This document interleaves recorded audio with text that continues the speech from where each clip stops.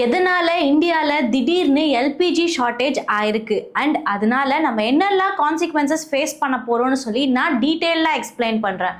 அதுக்கு முன்னாடி ஒரு நாளைக்கு ஒரு யூஸ்ஃபுல் இன்ஃபர்மேஷனாச்சும் கத்துக்கணும்னு நினைக்கிறீங்கன்னா மறக்காம ஃபாலோ பண்ணிக்கோங்க. ஸ்ட்ரெய்ட் ஆஃப் ஹார்முஸ் இதோட நார்த்ல ஈரான், சவுத்ல ஓமன் அண்ட் யுஏஇ இருக்குங்க.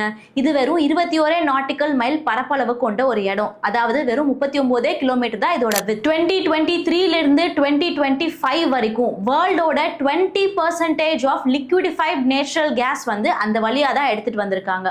அது மட்டும் இல்லாம 25% ஆஃப் ஆயில் ட்ரேடும் அது வழியா தான் நடக்குது. பிப்ரவரி 28 இஸ்ரேல் அண்ட் யுஎஸ் சேர்ந்து ஈரான் மேல தாக்குதல் நடத்தின அப்புறம் March 2 Islamic revolutionary guard corps strait of ஹார்முஸை க்ளோஸ் பண்ணி வச்சிருக்கிறதாகவும் அந்த வழியா வேற ஏதாச்சும் வெசல் பாஸ் ஆச்சுன்னா அதை நாங்க கொளுத்திடுவோம்னு சொல்லி அனௌன்ஸ் பண்ணிருக்காங்க. இந்தியாவோட டோட்டல் 40 to 50% ஆஃப் ஆயில் இம்போர்ட்டும் 85 to 90% ஆஃப் எல்பிஜி இம்போர்ட்டும் இந்த வழியா தாங்க நடக்குது. ஆல்ரெடி மோடிஜி பண்ண காரியத்தினால இந்தியாவோட க்ரூட் ஆயில் டிபெண்டன்சி கம்ப்ளீட்டா யூஎஸ் மேல தாங்க இருக்கு. இப்போ யூஎஸ் அந்த வார்ல பார்ட்டிசிபேட் பண்ணிக்கிட்டு இருக்கிறதுனால இந்தியாவுக்கு 30 days வேவர் கொடுத்திருக்காங்க.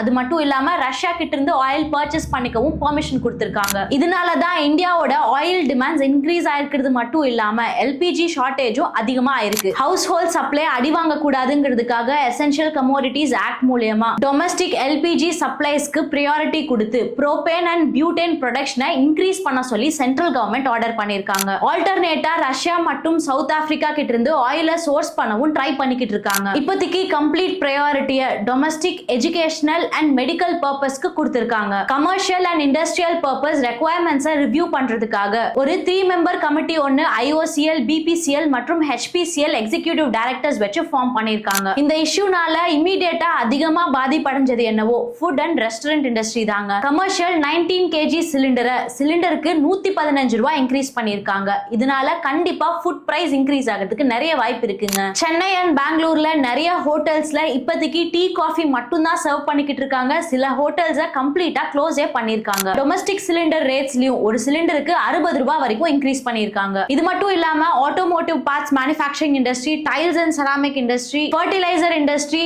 அண்ட் எல்பிஜி, சிஎன்ஜி மட்டும் டிபெண்ட் பண்ணிக்கிட்டு இருக்க ஆட்டோக்காரங்கன்னு சொல்லி எல்லாரோட வாழ்வாதாரமும் பாதிப்படைய நிறைய வாய்ப்பு இருக்குங்க. இது கல்யாண சீசனுங்கிறதுனால food and catering services prices increase ஆக நிறைய வாய்ப்பு இருக்குங்க.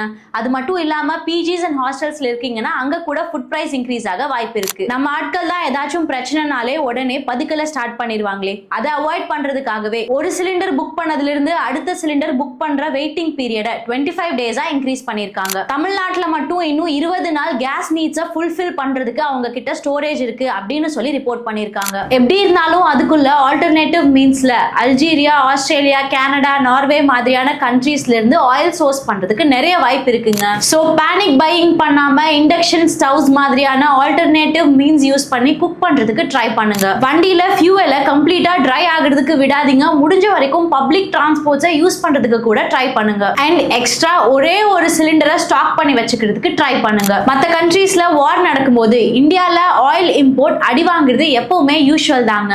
ஆனா இந்த நிலைமைக்கு நம்ம வந்து நிக்கிறதுக்கு மோடிஜி தான் காரணமாங்கிறத பத்தி நீங்க என்ன நினைக்கிறீங்கன்னு மறக்காம கமெண்ட்ஸ்ல சொல்லுங்க.